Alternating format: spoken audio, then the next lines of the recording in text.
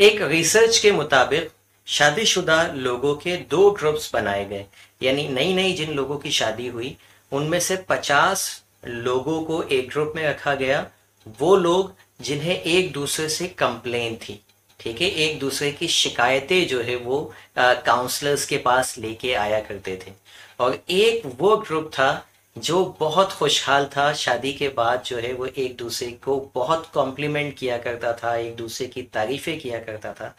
इन लोगों का एक ग्रुप बनाया गया और दोनों ग्रुप्स को 10 साल तक जो है वो स्टडी किया गया। और 10 साल के बाद नतीजा ये निकला कि वो लोग जो एक दूसरे की कंप्लेन किया करते थे, यानी शौहर बीवी की कंप्लेन जो है वो करता रहता था, बीवी शौहर की जो है वो कंप्लेन करती रहती थी, ये ग्रुप को 10 साल बाद देखा गया तो पता ये चला कि इनमें से कई लोगों की सेपरेशन हो चुकी है और जो लोग साथ रह रहे हैं वो बहुत ज्यादा नफ्सियाती मसाइल का शिकार हो चुके हैं और उनकी जिंदगी भी कोई खास खुशियां उनकी अज़दवाजी जिंदगी में नहीं है। जबकि दूसरे ग्रुप को जब देखा गया तो पता चला कि वो ग्रुप, एक तो उसमें सेपरेशन का जो रेशो था वो बहुत कम था इस वाले ग्रुप की निस्बत। दूसरा, ये लोग जहनी और जिस्मानी तौर पर ज्यादा खुशहाल पाए गए, यानी जो पोस्ट असेसमेंट हुआ उसमें ये पता चला कि ये लोग, ये वाला ग्रुप जो है वो ज्यादा खुशहाल है बनिस्बत इस ग्रुप के। नाज़रीन, ये तो दुनिया की स्टडीज हैं जो रिसर्चेस होती रहती हैं। हमारे दीन ने भी बड़ा ज़बरदस्त जो है वो रसूल अकरम सल्लल्लाहु अलैहि वसल्लम की हदीस है सही मुस्लिम की, आप सल्लल्लाहु अलैहि वसल्लम ने फरमाया, कोई मुसलमान मर्द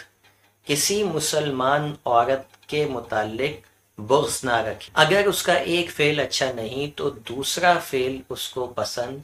होगा। यानी बड़ा आसान फार्मूला ये है कि आप चाहे हस्बैंड हो या वाइफ हो, जो भी आपके स्पाउस के अंदर अच्छाइयाँ हैं सिर्फ उनको फोकस करना शुरू कर दें और जो बुराइयाँ हैं उनको फोकस ना करें।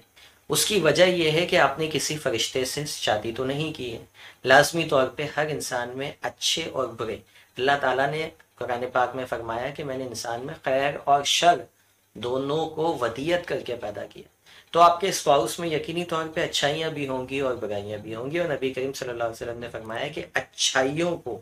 फोकस करें और बुग़्ज़ ना रखें। ये बड़ा बेहतरीन फार्मूला है अज़दवाजी ज़िंदगी के लिए, बल्कि आम जिंदगी के लिए भी, कि हम अगर सिर्फ अच्छाइयों को, जो जो अच्छी चीज़ें ना उनको फोकस करने का मतलब क्या है, फोकस करने का मतलब ये नहीं कि दूरबीन लगा के बैठ जाए, फोकस करने का मतलब ये है कि डिस्कस करना शुरू कर दें। लोगों को बताइए कि मेरे हस्बैंड में ये अच्छी बात है, ये अच्छी बात है, ये अच्छी बात है, मेरी वाइफ में ये अच्छी बात है, ये अच्छी बात है, ये अच्छी बात है। जबकि हम इसके बिल्कुल बरक्स कर रहे होते हैं जब हम गैदरिंग में बैठते हैं, मुख्तलिफ फैमिली गैदरिंग्स में बैठे हैं या फ्रेंड्स की गैदरिंग में बैठे हैं, तो इसका ऑपोजिट कर रहे होते हैं। उनसे अपने स्पाउस के बारे में नेगेटिव, उसका नेगेटिव पहलू ज़ात का कोई उठा के डिस्कस कर रहे होते हैं, उसका कमज़ोर पहलू उठा के डिस्कस कर रहे होते हैं, ना कि उसकी अच्छाई को डिस्कस कर रहे होते हैं। यही वजह है, भले उस तक ये बात पहुंचे या ना पहुंचे, लेकिन चूंकि हम कॉन्स्टेंटली अपने माइंड में रिपीट कर रहे हैं ना, जो भी जुमले हम चाहे सोचें चाहे बोलें, ठीक है, दोनों सूरतों में हमारे माइंड की रीप्रोग्रामिंग हो रही होती है और हम खुद जिस चीज को नेगेटिव बोलते या सोचते हैं उस शख्स के से दूर होते चले जाते हैं,